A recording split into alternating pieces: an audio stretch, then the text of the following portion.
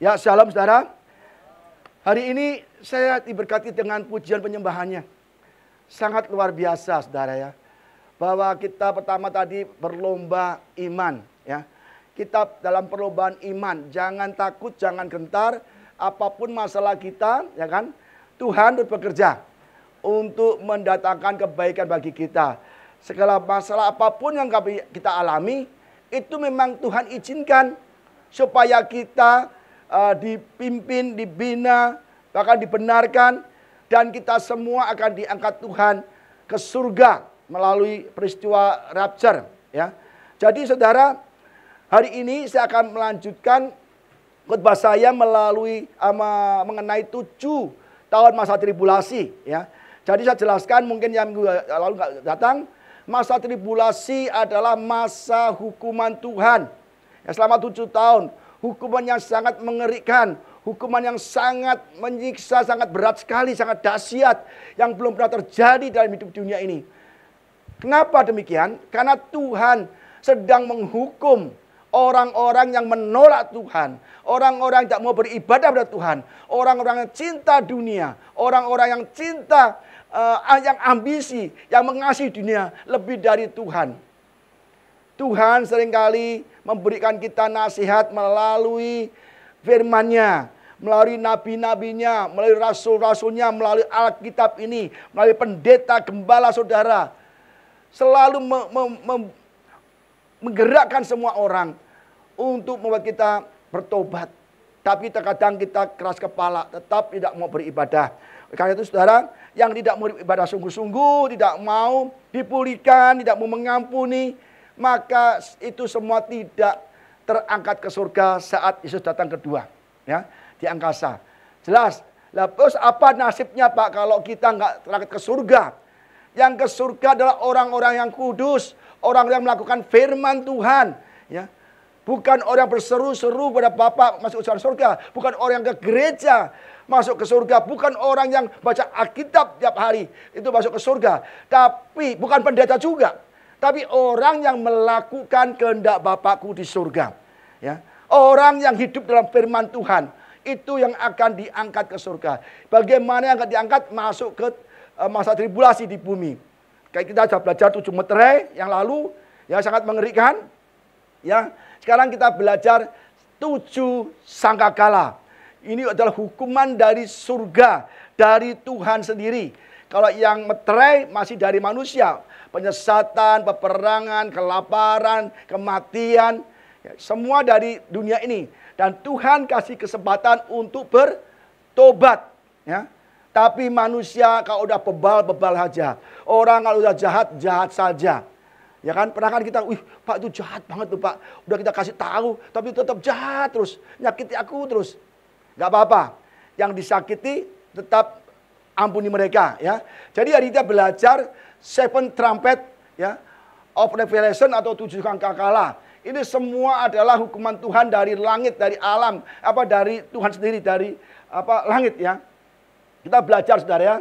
Yang pertama ya, kita belajar dulu dari kitab Wahyu tentang meterai yang terakhir ya. Wahyu 8 ayat 1 sampai 6 ya. Kita baca. Dan ketika anak domba itu membuka meterai yang ke-7, maka sunyi senyaplah di surga. Kira-kira setengah jam lamanya. Lalu aku melihat ke-7 malaikat yang berdiri di hadapan Allah. Dan kepada mereka diberikan 7 sangkakala. Maka datanglah seorang malaikat lain. Dan ia pergi berdiri dekat mezbah dengan sebuah pendupaan emas. Dan kepadanya diberikan banyak kemenyan untuk dipersembahkan bersama-sama dengan doa semua orang kudus di atas mezbah emas di hadapan takhta itu. Maka naiklah asap kemenyan bersama-sama dengan doa orang-orang kudus itu dari tangan malaikat itu ke hadapan Allah. Lalu malaikat itu mengambil pendupaan dan mengisinya dengan api dari mezbah dan melemparkan ke bumi. Maka meledaklah bunyi guruh di Istana Halilintar dan gempa bumi. Dan ke-7 malaikat yang memegang ke-7 sangkakala itu bersiap-siap untuk meniup sangkakala. Ya mungkin ada di antara saudara yang belum pernah dengar khotbah tentang kitab Wahyu. Memang kitab Wahyu ini penuh dengan tanda-tanda, bilangan, dan simbol-simbol, ya kan? Dan kita tidak pernah dengar di gereja-gereja dulu yang kita pernah beribadah. Memang di gereja-gereja jarang sekali membicarakan tentang kitab Wahyu. Padahal kitab Wahyu sangat penting untuk kita berjaga-jaga, bersiap-siap, ya, terhadap keadaan yang akan datang. Apa sih yang terjadi kelak kalau aku menerima Yesus sungguh-sungguh, ibadah sungguh-sungguh, atau apakah yang terjadi kelak kalau aku tidak ibadah sungguh-sungguh? Semua ada di kitab Wahyu, ya. Di sini katakan anak domba membuka meterai yang ketujuh, maka sunyi senyaplah di surga kira-kira setengah jam lamanya. Jadi surga ada keheningan setengah jam. Untuk apa? Untuk mempersiapkan, bersiap-siap akan sesuatu yang lebih besar lagi, yaitu sangkakala. Tuhan akan menghajar dunia dengan sangkakala. Oleh karena itu ada keheningan sekitar 30 menit untuk mempersiapkan suatu hal yang besar yang akan dicurahkan ke atas bumi, yaitu hukuman Tuhan. Dan di sisi itu juga Yesus juga sedang akan pergi ke dunia, ke awan-awan untuk menjemput umatnya. Diselamatkan dulu sebelum ada sangkakala, ya. Maka mereka tujuh sangkakala kan, dan Yesus akan mengambil umatnya di dalam peristiwa rapture, pengangkatan umat Tuhan. Diangkat yang hidup sungguh-sungguh, beribadah sungguh-sungguh, hatinya penuh kasih, mengampuni, tidak ada kepahitan, semua dah lepas dari dunia, dari keduniawian, maka Tuhan akan angkat. Ya, maka dalam seekor malaikat lain dia pergi berdiri dekat mezbah dengan sebuah pedupaan emas, dan kepadanya diberikan banyak kemenyan untuk dipersembahkan bersama-sama dengan doa semua orang kudus di atas mezbah di hadapan takhta itu. Jadi di meterai yang kelima itu orang-orang kudus yang mati dipenggal, yang martir karena bersaksi mengabarkan Injil, itu berdoa, Tuhan, kapan lagi engkau, tunggu apa lagi kalau engkau tidak menghukum orang-orang jahat yang membunuh aku di dunia. Orang-orang kudus di surga berteriak, berdoa, Tuhan, balaskanlah Tuhan pada mereka yang membunuh kami ketika kami menginjil pada engkau. Dia berdoa. Dan saudara, maka naiklah asap kemenyan bersama-sama dengan doa orang-orang kudus dari tangan malaikat itu ke hadapan Allah. Ya, jadi saudara, lalu malaikat itu mengambil pedupaan itu, mengisinya dengan api dari mezbah dan melemparkan ke bumi, maka meledaklah bunyi guruh disertai halilintar dan gempa bumi. Ya, jadi saudara, sebelum ada sangkakala, Tuhan ada keheningan di surga untuk mempersiapkan, ya, mempersiapkan apa? Hukuman yang lebih berat lagi mengenai 7 sangkakala. Dan di waktu yang sama Tuhan doa orang kudus dupanya dilemparkan ke bumi. Dan Tuhan tidak lagi menjadi pengantara kita. Di meterai ke-7, Tuhan tidak menerima doa-doa kita lagi. Ya. Dan kenapa? Dia bukan imam agung lagi. Bukan pengantara atas dosa-dosa kita. Tapi dia beralih menjadi raja. Dia meninggalkan jubah imam besarnya yang menampung doa kita, yang menyampaikan doa kita sudah bawa di surga. Tapi sudah saatnya, ketika waktu tiba, Tuhan beralih bukan pengantara lagi, tidak mendengar doa-doa kita lagi, dan dia memakai jubah menjadi raja yang siap menghukum dunia. Tapi sebelumnya dia akan membawa kita ke awan-awan dan kita dibawa ke surga bagi yang sungguh-sungguh beribadah kepada Tuhan. Ya, dan bagi raja dan meterai ke-7 ini dikatakan bahwa sangkakala akan dibunyikan dan dunia akan masuk ke dalam hukuman Tuhan. Tapi di meterai ke-7 ini anak-anak Tuhan sudah diangkat.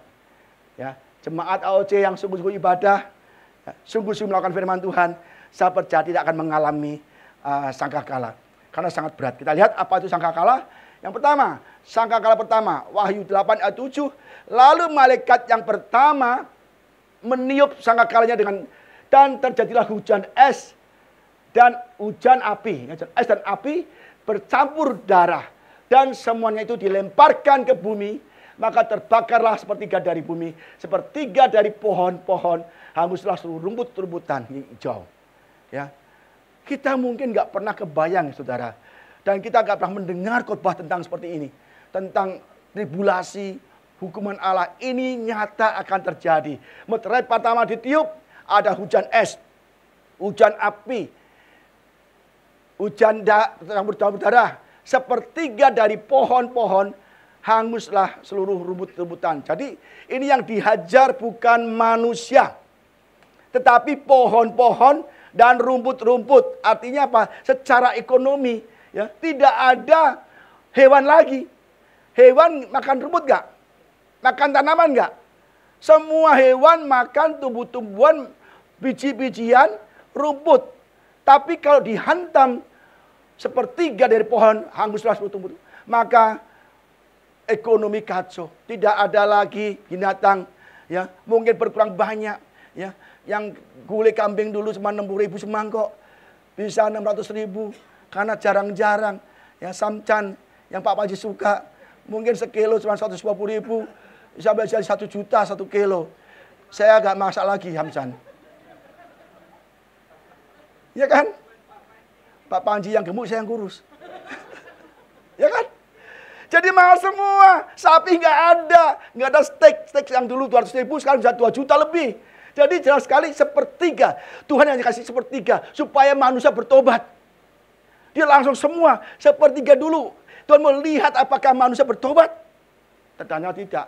Hujan es ini, hujan es besar. Wahyu 16:21, dan hujan es besar seberat 100 pon jatuh dari langit menimpa manusia, dan manusia menghujat Allah karena malapetaka hujan es. Itu sebab malapetaka itu sangat dahsyat. Ini di Wahyu 16 ya. Hujan es seberat 100 pon. 100 pon itu 45 kilo. Esnya gede-gede, saudara. Itu hujan dari langit. Itu kalau kena rumah-rumah roboh, kena manusia gepeng, punya mobil, kena mobil remuk. Ya kan? Itu semua sudah terjadi waktu zaman Musa. Jadi ini benar-benar akan terjadi lagi. Ya kan? Kita nggak pernah dengarkan kitab Wahyu, maka kita hidupnya seenaknya. Orang kalau nggak belajar kitab Wahyu, hidupnya pasti seenaknya. Karena apa? Nggak tahu akan hukumannya, nggak tahu akan konsekuensinya, nggak tahu akan apa terjadi kelak kalau kita buat dosa terus. Maka sudah berbahagia ada di sini. Ya, ini hujan es. Darah, hujan apa? Hujan api, hutan semua habis, rumput-rumputan habis, binatang nggak ada lagi, saudara, hanya sepertiga. Tuhan hanya melihat responnya seperti apa, apakah mau bertobat atau tidak, ya. Dan ini terjadi ketika bangsa Israel ada di Mesir. Kita lihat Keluaran 9 ayat 23 sampai 26, ya. Lalu Musa mengulurkan tongkatnya ke langit, maka Tuhan mengadakan guruh dan hujan es. Dan api pun menyambar ke bumi. Dan Tuhan menurunkan hujan es meliputi tanah Mesir. Dan turunlah hujan es beserta api yang berkilat-kilat di tengah-tengah hujan es. Itu terlalu sangat dahsyat. Yang belum pernah terjadi di seluruh negeri orang Mesir. Sejak mereka menjadi satu bangsa. Hujan es itu menimpa binasa segala sesuatu yang ada di padang. Di seluruh tanah Mesir. Dari manusia sampai binatang juga segala tumbuh-tumbuhan di padang ditimpa binasa oleh hujan itu. Dan segala pohon di padang ditumbangannya. Hanya di tanah Goshen, tempat kediaman orang Israel, tidak ada hujan es. Jadi, nah ini benar-benar terjadi hujan es, hujan api, hujan belerang, bercampur darah. Pasti kelak terjadi lagi. Karena Tuhan yang menurunkan semua itu. Tapi di Goshen tidak ada hujan es. Bagi kita juga tidak akan mengalami.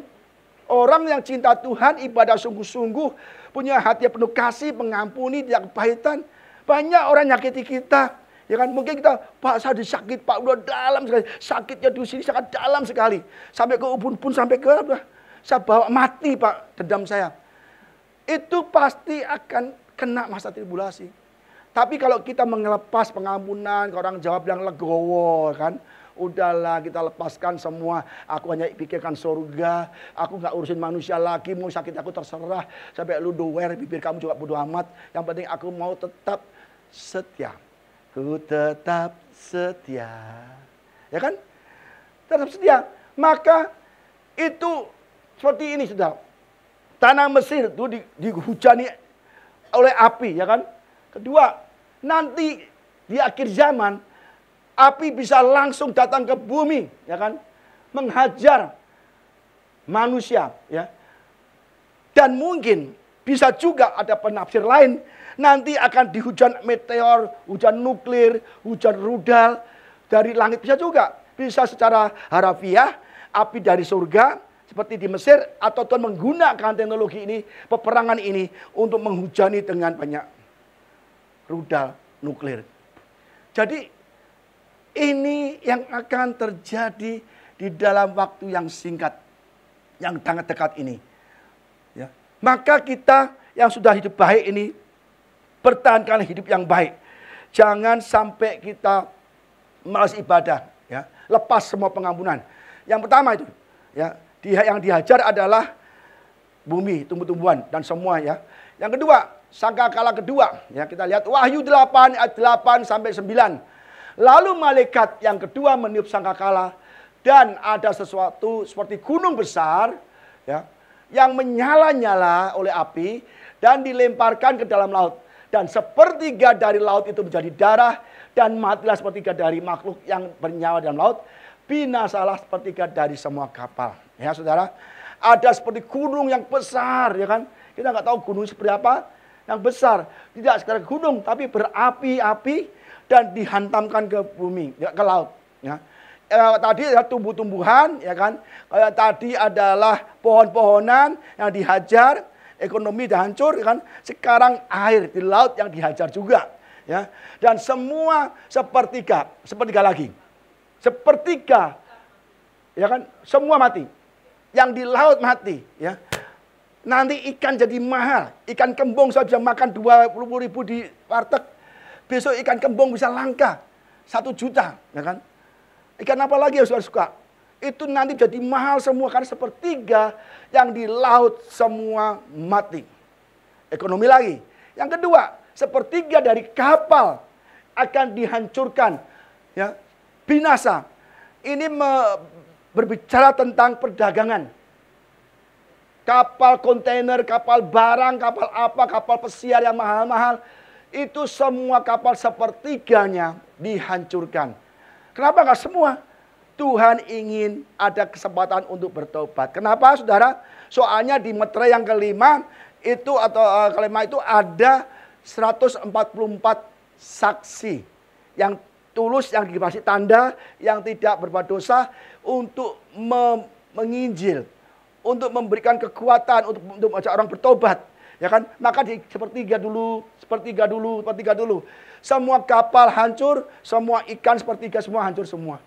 Ini ekonomi benar-benar sudah nggak karuan. Dolarnya ada tinggi, langka makanan, langka ikan, langka semua. Tidak ada perdagangan sama sekali. Dan itu akan terjadi di meterai yang sangkakala yang kedua. Ya, ini penting sekali, saudara. Ini semua akan ada efeknya. Mungkin sudah bilang, wah lah Pak, nggak mungkin Pak, masih jauh, masih lama. Kita nggak tahu. Kalau tahun ini ada perang terjadi, perang antar bangsa, ya, ini sudah ribut sekali. Ya. Kalau terjadi perang dunia ketiga atau tahun depan awal kita nggak tahu, itu semuanya akan terjadi. Ya, hati-hati, saudara. Ya. Tuhan bisa memakai perang, bisa memakai langsung dari surga. Ya, pasti Tuhan akan lakukan apa yang difirmankan. Kitab Wahyu adalah kitab yang akan hal-hal yang terjadi, yang akan terjadi sesuai firman Tuhan pada Yohanes, dan itu pasti akan terjadi. Banyak orang Kristen, banyak orang yang ke gereja tidak mengerti apa yang akan terjadi ke depan. Ya, yang berkaitan dengan hidup kita kekekalan nanti. Ya. Kita lihat Keluaran 7 ayat 19-17 ini sama lagi, diulang lagi. Tuhan pernah kasih merubah air menjadi darah, ya sama juga kan. Sebab itu beginilah firman Tuhan, dari hal yang berikut akan kau ketahui bahwa akulah Tuhan. Lihat, dengan tongkat yang di tanganku ini akan kupukul air yang di sungai Nil, dan air itu akan berubah menjadi darah. Dan ikan yang dalam sungai Nil akan mati. Tadi apa? Semua ikan sepertiga mati. Ya kan? Sama juga di waktu zamannya Musa. Sehingga sungai Nil akan berbau busuk, maka orang Mesir akan segan meminum air itu dari sungai Nil. Tuhan berfirman kepada Musa, katakanlah kepada Harun, ambil tongkatmu, ulurkanlah tanganmu ke atas segala air orang Mesir, ke atas sungai, selokan, kolam, ke atas segala kumpulan air yang ada pada mereka dan menjadi darah. Dan ada darah di seluruh tanah Mesir, bahkan dalam wadah kayu dan wadah batu. Jelas ya, Tuhan sudah melakukan di Mesir, air menjadi darah, dan akan dilakukan lagi ketika di dalam sangkakala kedua, sepertiga laut semua akan menjadi darah. Jadi memang semua pengulangan apa yang ada di hukuman musibah atau tulah yang di Mesir sebelum itu kembali lagi akan dilakukan. Dia akan datang. Ya, kita bersiap-siap. Saya nggak mau mengalami. Saya setiap hari bersiap-siap Tuhan. Ya kan, kuduskan hidup kami. Ya, jagai kami, ampuni kalau ada dosa, kesalahan kami, ada kepahitan, ada apa, ampuni kami. Tiap hari ada doa minta ampun, minta ampun. Kalau engkau datang malam ini Tuhan, kami semua keluarga keangkat. Saudara juga berdoa juga setiap malam. Tuhan, ampuni segala dosa-dosaku, anak-anakku, menantuku, apapun. Jadi kalau kita datang, semua akan terangkat. Ya, jelas ini. Yang kedua, yang ketiga, sangat cepat karena waktunya sangat singkat. Sangkakala ketiga, Wahyu 8 ayat 10-11.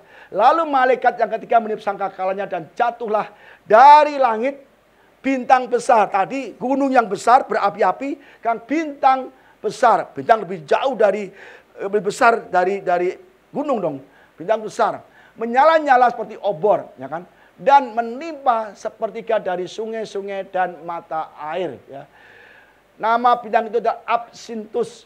Dan sepertiga dari semua air menjadi Absinthus. Dan banyak orang mati karena itu sebab menjadi pahit. Absinthus dalam bahasa Inggrisnya wormwood. Artinya apa? Pahit. Pahit. Ya. Jadi tadi gunung berapi-api kena laut. Sekarang yang dihajar, mungkin Pak saya aman Pak, saya bukan jauh dari gunung Pak, dari laut Pak, lautnya kan sana di utara, saya di tengah-tengah Pak, nggak mungkin saya terpengaruh dengan hukuman Tuhan ke laut, tapi Tuhan juga hukum yang di darat melalui sungai-sungai, sungai-sungai dan mata air.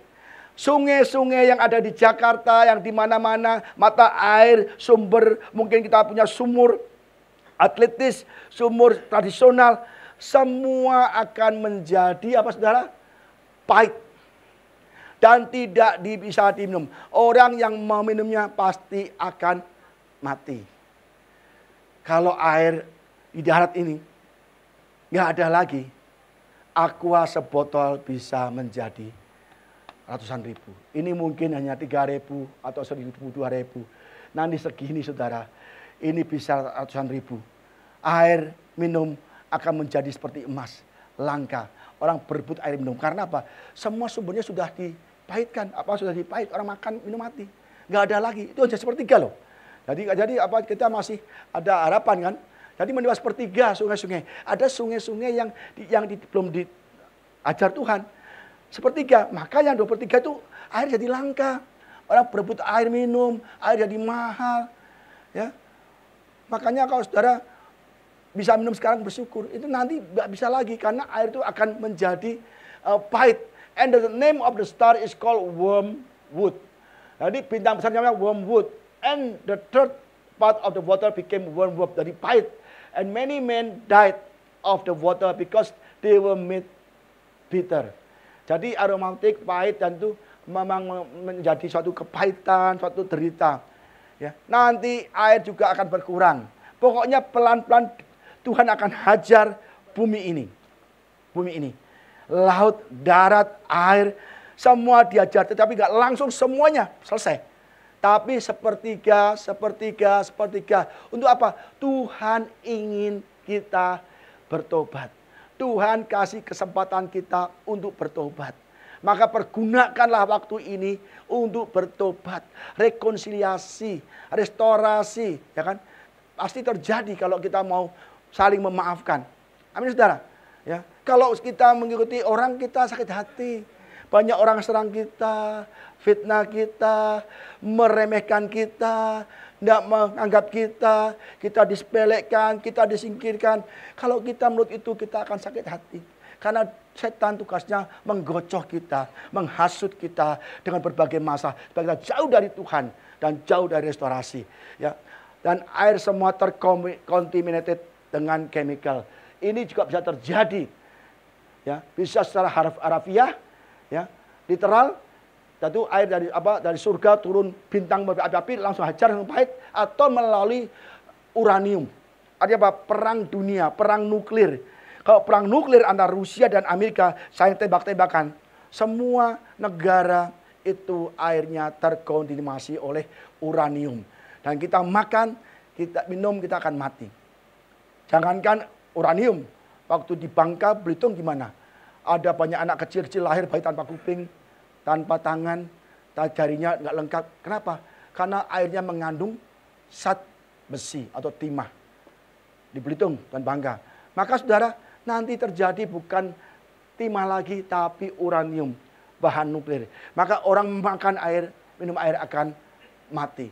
Ini Tuhan menghajar air yang di darat. Maka tadi kan katakan di Keluaran, air dimanapun akan jadi darah. Bahkan air di rumah Firaun, dimanapun di wadah kayu, di wadah batu, semua akan jadi darah.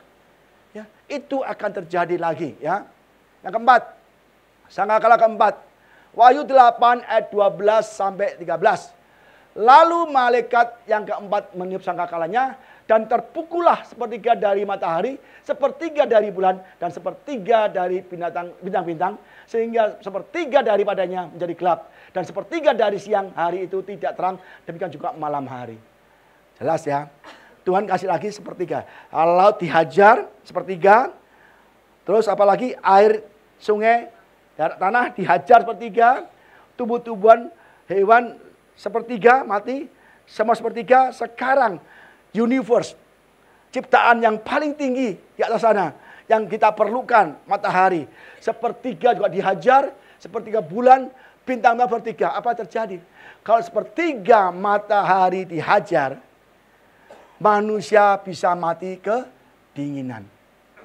Benar. Kalau matahari sepertiga itu nggak ada panasnya, itu bisa turun suhu sampai minus 20, minus 30. Bisa mati. Ada arus dingin. Saya pernah lihat video, film mengenai kayak gini, katastrofik. Itu ada angin dingin, itu lari ke daratan. Begitu orang mau jalan, tak, beku. Ada tak, beku. Dan itu benar-benar akan terjadi, itu gambaran yang akan datang.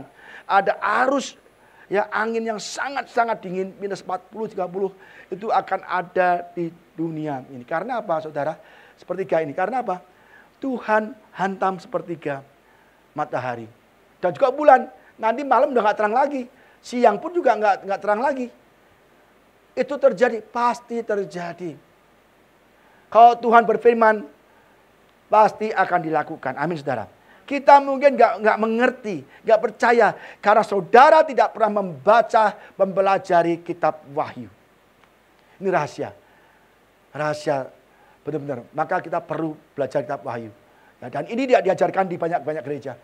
Jarang khotbah tentang kitab Wahyu atau akhir zaman, ya saudara. Dan lalu aku ini juga ada yang malam hari jadi gelap, saudara ya. Dan Keluaran 10:22-23, lalu Musa mengulurkan tangannya ke langit. Datanglah gelap gulita di seluruh tanah Mesir 3 hari. Ini pernah dilakukan Tuhan juga. Dari langit, tahu-tahu gelap semua, matahari nggak ada, ditutup, bulan ditutup, semua nggak ada bintang, gelap sekali. Sampai orang nggak bisa melihat, saya nggak bisa lihat Pak Wenli. Pak Wenli di sebelah pun aku nggak bisa kelihatan. Terlalu gelap. Tidak ada orang yang dapat melihat temannya, juga tidak ada orang yang dapat bangun dari tempat tidurnya. Selama 3 hari, tetapi pada semua orang Israel ada terang di tempat kediamannya. Orang yang dikasih Tuhan selalu dilindungi. Ya. Jadi sangat gelap sekali. Kita buta sama sekali, nggak bisa bangun. Karena Tuhan menghukum Mesir.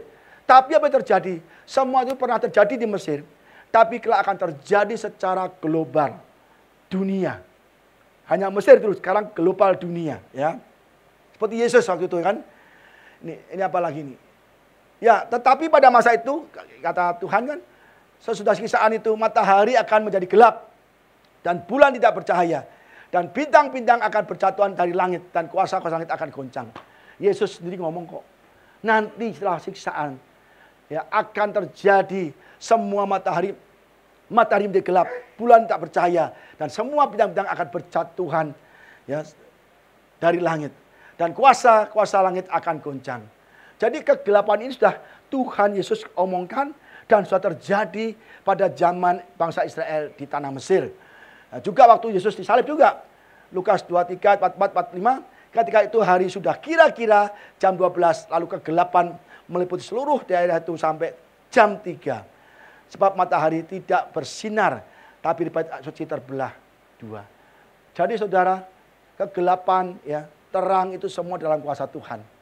Ya, kalau Tuhan mau kita diambil matahari, dihancurkan, pasti itu akan terjadi kegelapan. Ya. Tapi anak-anak Tuhan, sekali lagi saya katakan bahwa kita semua tidak akan mengalami penghukuman jujur sangkakala. Kalau kita benar-benar ibadah sungguh-sungguh, benar-benar hidup dalam Tuhan, melakukan firman-Nya. Ya saudara, maka kita harus benar-benar merubah cara ibadah kita, cara hidup kita, cara kerja kita, cara ngomong kita, cara kita berumah tangga, cara kita menikah. Perhatikan, jangan sampai kita ikuti dunia. Yang keempat, maka sangkakala kelima, ya, ada 7 sangkakala. Wahyu 9 ayat 1-12. Lalu malaikat yang kelima meniup sangkakala, dan aku melihat sebuah bintang yang jatuh dari langit ke atas bumi, dan kepadanya diberi anak kunci lubang jurang maut. Maka dibukakannya lah pintu lubang jurang maut itu, lalu naiklah asap dari lubang itu bagaikan asap tanur besar, dan matahari dan angkasa menjadi gelap oleh asap lubang itu. Dan dari asap itu keluarlah belalang-belalang ke atas bumi, dan kepada mereka diberi kuasa seperti kuasa kalajengking di bumi.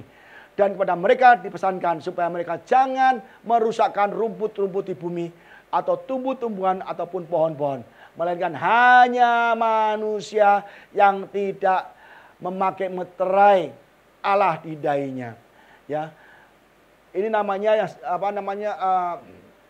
dikatakan setan ini, ya, adalah Abaddon atau destroying angel atau Apollon. Ya.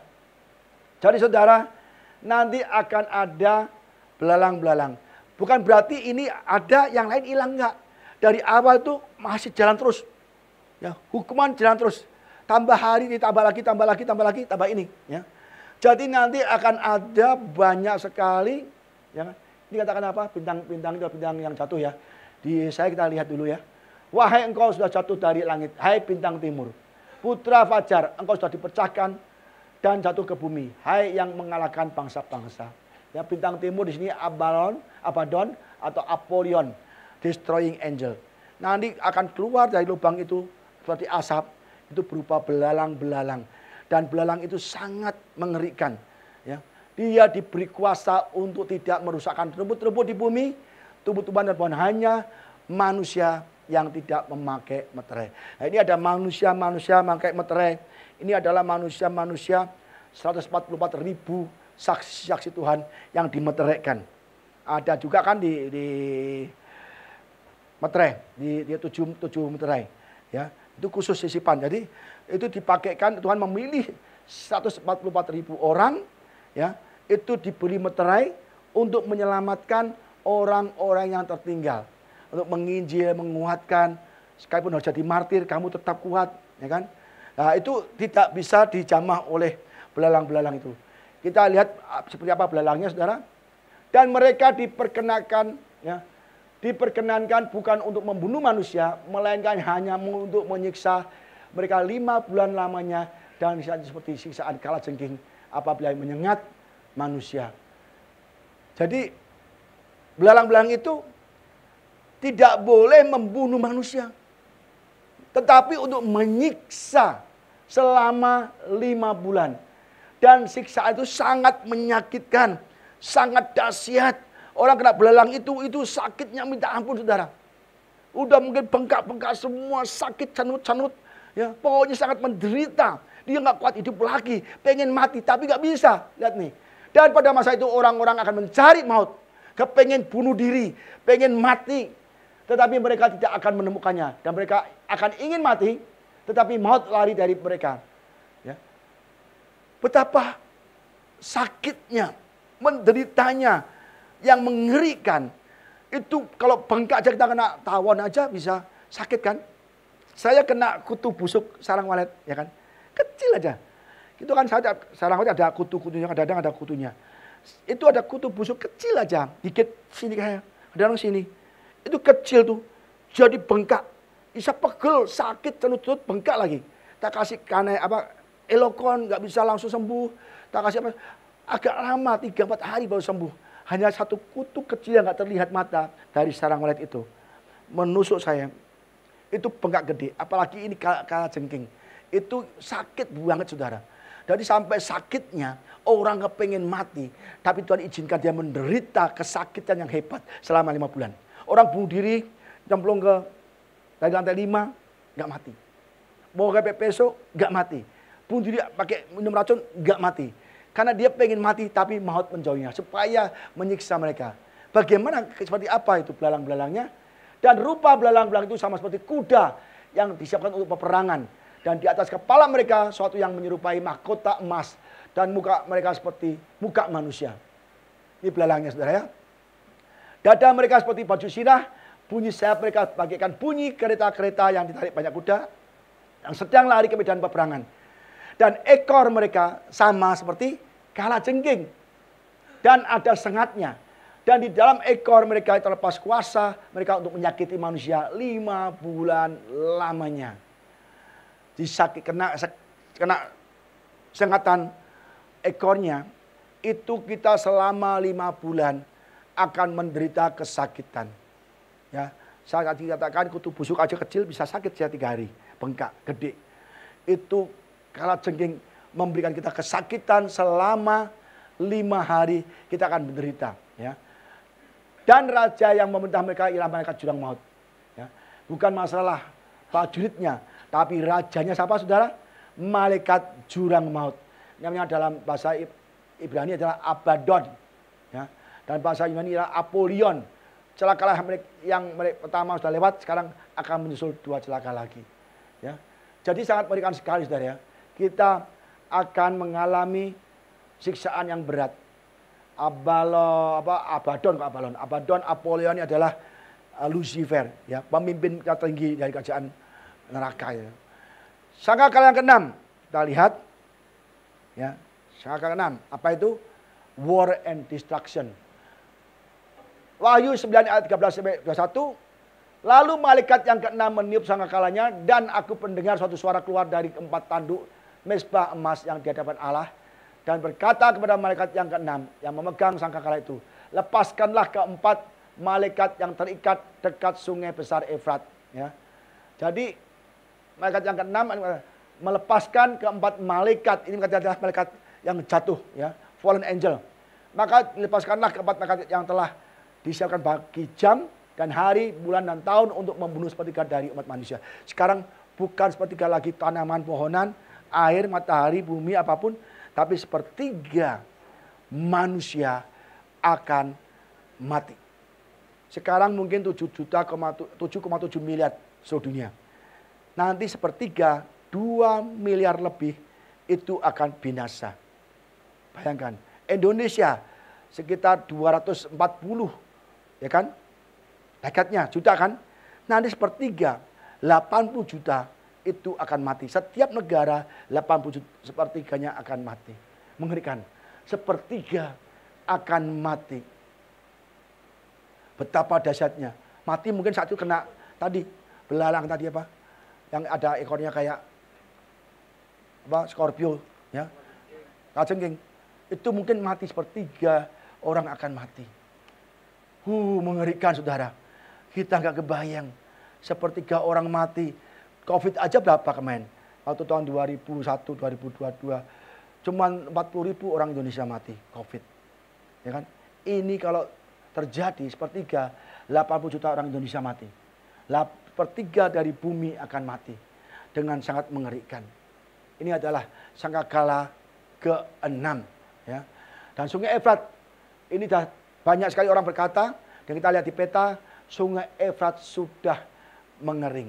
Ada bagian tertentu, daerah tertentu, sungai Efrat mengering. Orang bisa nyebrang tanpa menyeberang air. Ini pertanda saudara. Kan panjang tuh Efrat itu, sangat panjang. Itu ada bagian tertentu, itu orang sudah kering, orang bisa jalan. Bahkan banyak temukan hal-hal aneh di sungai Efrat itu. Ya, kita bersiap-siap. Saudara. Makanya kita banyak lihat YouTube, jangan lihat drama box apapun ya. Ya, lihat aja yang itu, yang mengenai akhir zaman. Jangan lihat lagu-lagu dunia, jangan lihat film dunia, nggak usah. Lihat hal-hal yang berkaitan apa yang akan datang. Yang penting perang Israel, ekonomi, ya kan, resesi, supaya kita sadar bahwa Tuhan akan datang. Ya, kalau kita melihat hal yang enak didengar, enak dipandang mata, enak di telinga, kita terlena, akhirnya kita buta akan hal-hal demikian. Ya, kita lihat saudara ya, dekat dengan sungai Efrat ya. Dan jumlah tentara itu adalah 20.000 laksa. Keluar dari sungai Efrat 20.000 laksa. Pasukan berkuda, aku mendengar jumlah mereka. Maka demikianlah aku melihat dalam penglihatan, itu kuda-kuda dan orang yang menungganginya memakai baju sirah, merah api, ya, fiery, ya, red, dan biru dan kuning belerang warnanya. Kepala kuda-kuda itu sama seperti kepala singa. Dari mulutnya keluar api dan asap dan belerang. Oleh ketiga malapetaka itu dibunuh sepertiga dari manusia, yaitu oleh api, asap, belerang dan seluruh dan keluar dari mulutnya. Jadi 20.000 laksa tentara dari surga, dari jurang maut yang Tuhan izinkan ada, dan itu artinya 200 juta tentara, 200 million, 200 juta tentara, banyak sekali. Kita lihat India punya berapa tentaranya? 50 juta, Cina 40 juta, Amerika 20 juta tentara.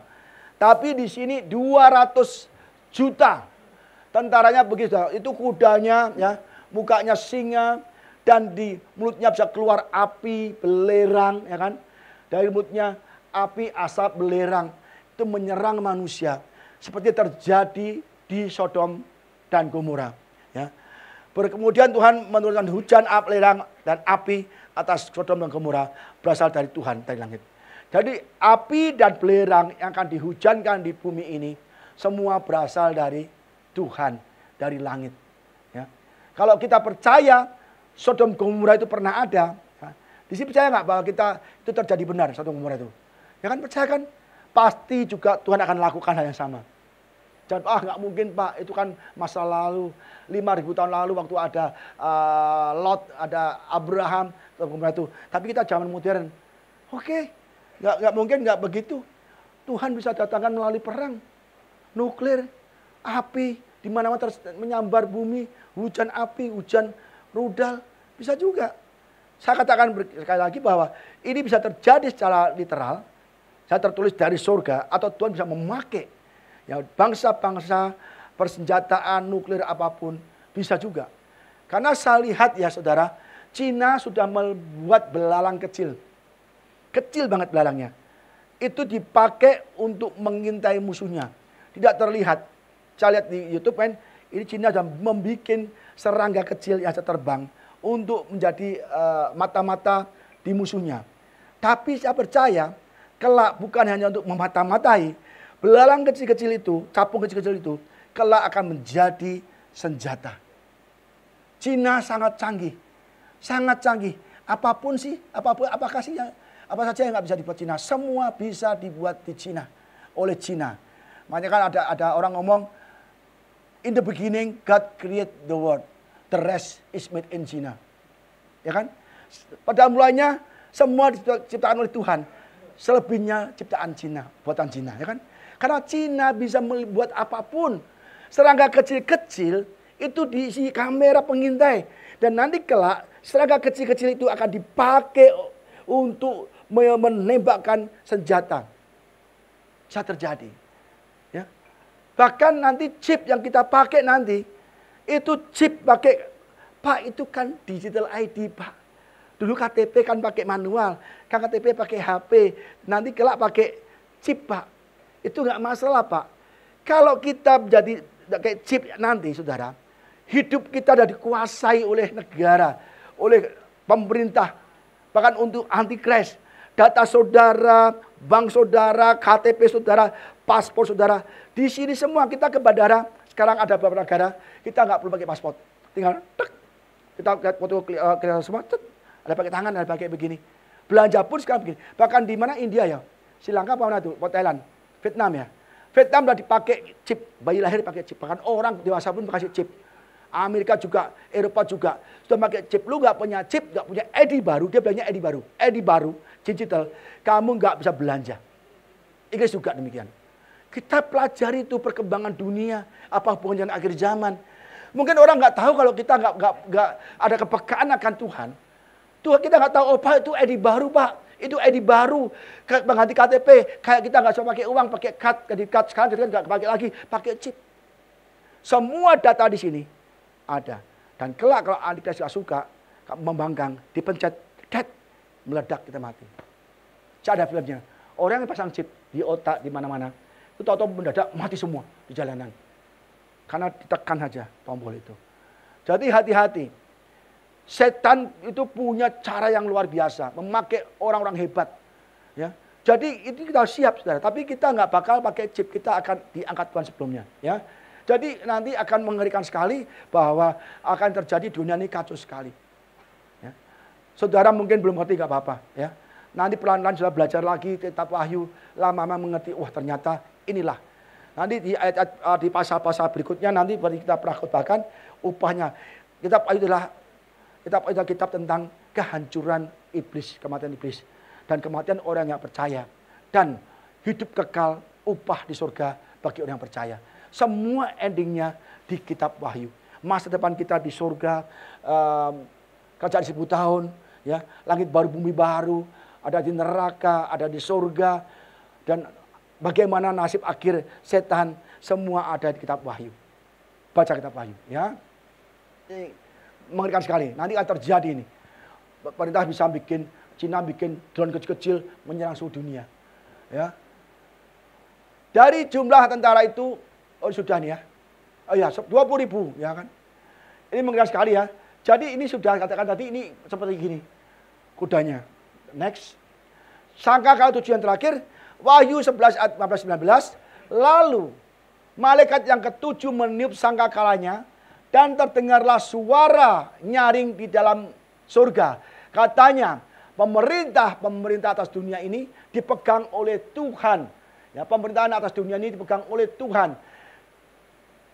Tuhan kita. Dan dia yang dirapinya, ia akan memerintahkan sebagai raja sampai selamanya. Tadi kita katakan bahwa Yesus sudah tidak jadi imam agung lagi. Ya kan? Dan malapetaka sangkakala dituangkan di bumi. Yesus memakai jubah raja, menjadi raja, dan Tuhan dari raja itu Tuhan memberikan hukuman 7 sangkakala, ya kan? Ingat itu. Dan dia akan memerintah sampai selamanya di mana? Di bumi. 1000 tahun.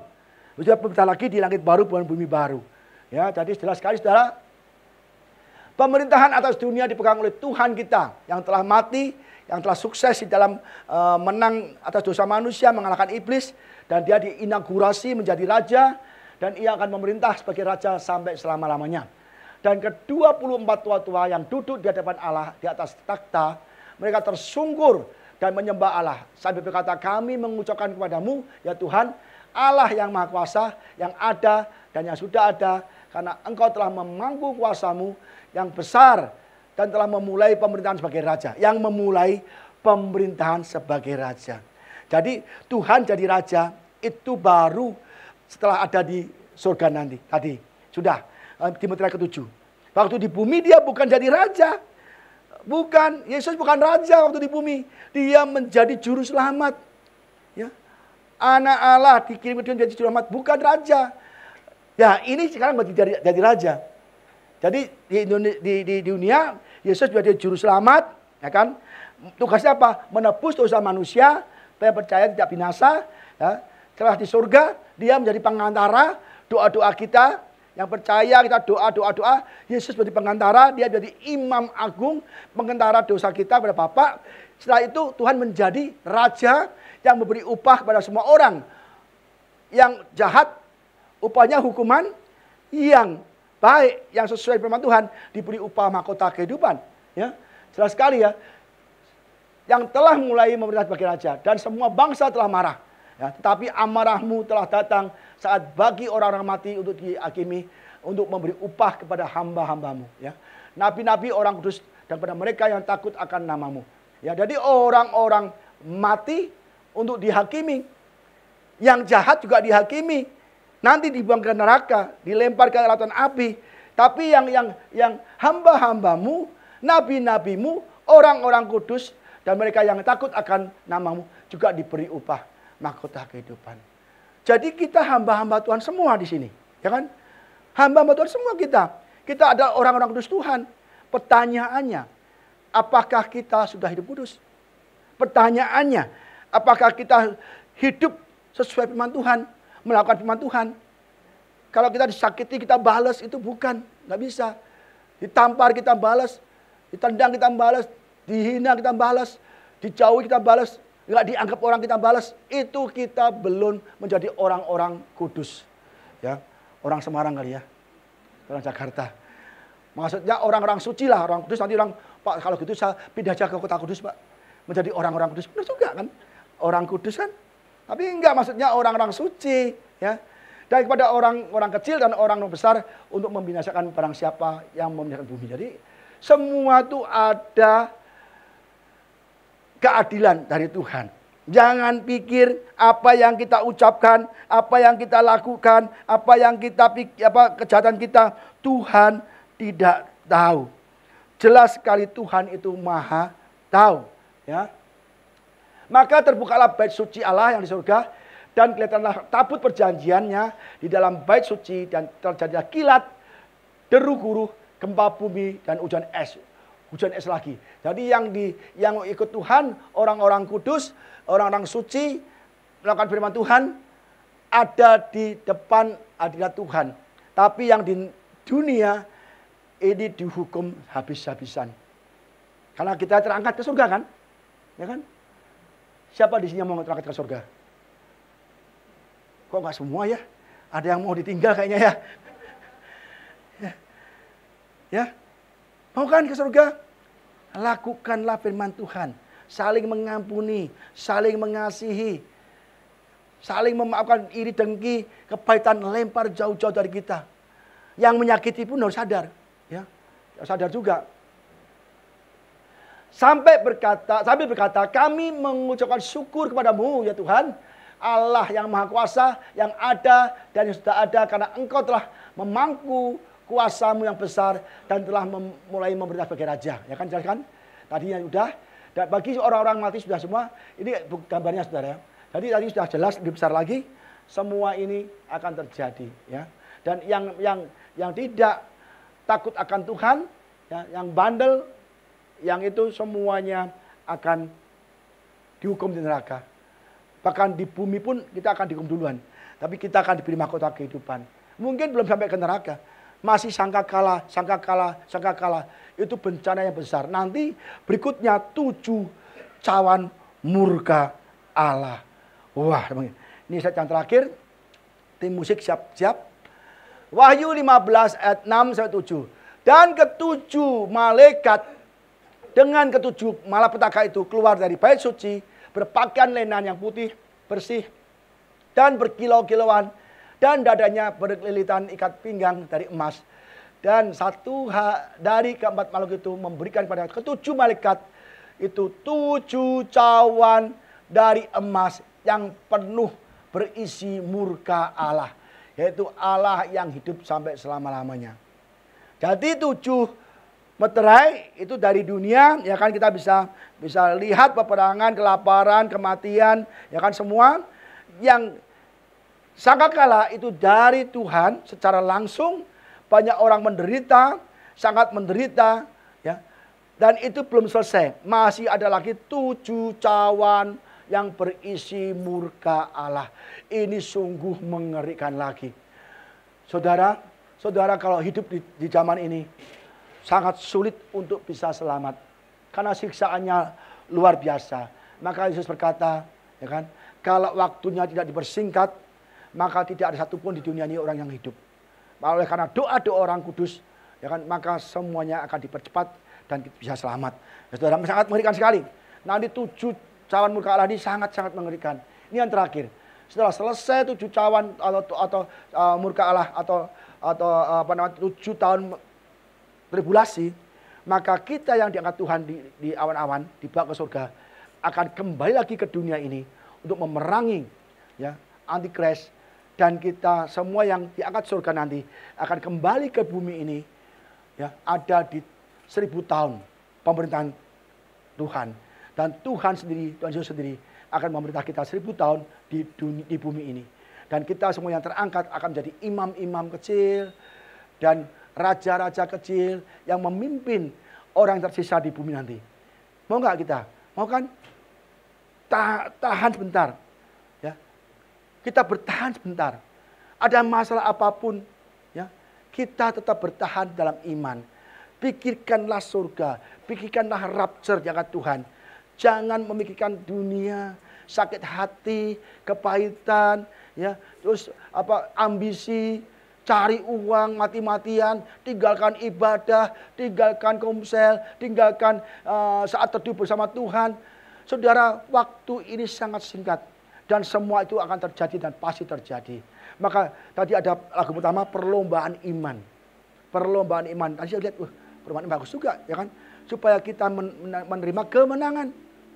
Pak, gimana Pak? Saya menderita Pak, banyak masalah keluarga, rumah tangga, keuangan, pekerjaan, sampai penyakit. Lagu kedua jawabannya, Allah itu bekerja untuk kebaikan bagi kita yang percaya. Semua ada di tangan Tuhan. Dan kita diberikan kekuatan oleh Roh Kudus supaya kita tetap bertahan dan menjaga iman sampai Tuhan datang menjemput kita di awan-awan kemuliaan. Next, minggu depan akan saya teruskan mengenai 7 cawan murka Allah datang. Itu sangat mengerikan. Bukan kita menakut-nakuti. Firman Tuhan ini bukan menakut-nakuti. Kitab Wahyu bukan kitab yang menakut-nakuti kita, tapi kitab Wahyu, dan kitab yang membangunkan kita, yang iman kita telah mati tidur, akan dibangkitkan lagi, dibenahi kita, pelita kita, apinya menyala lagi, supaya kalau Tuhan datang, kita semua terangkat dan tidak mengalami ya malapetaka, 7 sangkakala dan 7 cawan murka Allah. Tapi kita sudah ada di surga, diberi mahkota kehidupan, dan kita akan kembali lagi ke surga, ke dunia, menjadi imam-imam dan raja-raja di pemerintahan 1000 tahun yang dipimpin oleh Yesus Kristus. Amin, saudara. Mari kita bangkit berdiri.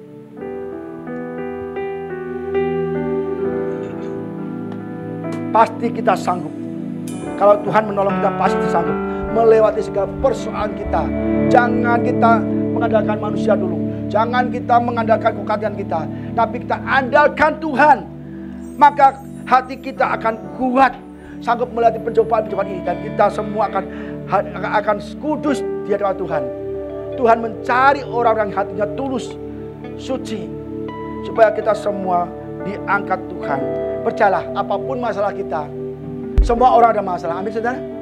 Tapi kita bertahan, percaya Tuhan, dan pasti kita bisa melewati setiap persoalan kita. Amin.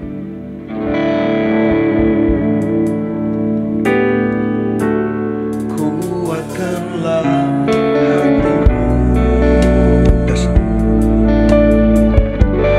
lewati setiap persoalan. Tuhan Yesus selalu menopangmu. Jangan berhenti harap padanya. Kuatkanlah hatimu. Kuatkanlah hatimu. Amin. Lewati setiap persoalan. Tuhan Yesus selalu menopangmu. Jangan berhenti harap padanya. Tuhan pasti sanggup. Katakan dengan sungguh hati. Tuhan pasti sanggup. Dan takkan terlambat untuk menangkan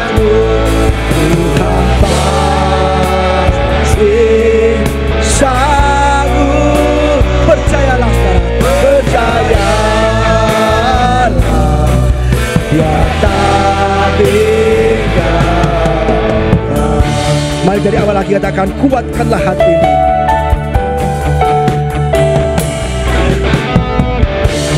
Kuatkanlah hatimu lewati setiap persoalan. Tuhan Yesus selalu menopangmu. Amin. Jangan berhenti harapan, Tuhan pasti sanggup.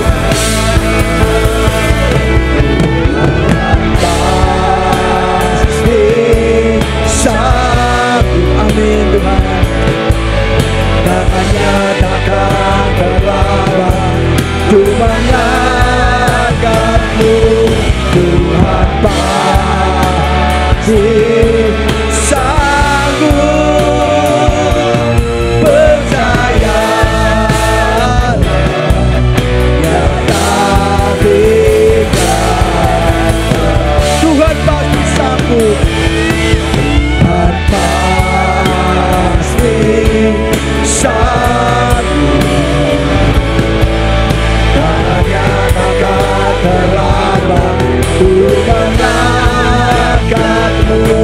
Tuhan pasti sanggup. Percayalah, saudara, mungkin saat ini saudara sedang mengalami berbagai masalah, pergumulan hidup, sakit penyakit, keuangan, rumah tangga, pernikahan. Kita harus percaya bahwa Tuhan sanggup menolong kita, karena Tuhanlah yang berkuasa atas hidup kita. Mengapa Tuhan izinkan itu terjadi? Karena Tuhan sedang merencanakan hidup kita yang lebih baik, memproses kita, memproses ego kita, ambisi kita, kesombongan kita, hati kita. Kita diproses habis-habisan melalui masalah terjadi dalam hidup saudara. Ketahuilah bahwa masalah yang saudara hadapi itu adalah masalah biasa. Tuhan tidak mengizinkan terjadi masalah atau pencobaan-pencobaan yang melebihi kekuatan kita. Dan apabila terjadi masalah, Tuhan pasti buka jalan. Amin saudara. Dan Tuhan pasti sanggup menolong kita. Tidak ada terlambat untuk menolong kita. Hanya itu terjadi atas waktunya Tuhan. Kalau kita belum lepas dari masalah, tetap percaya.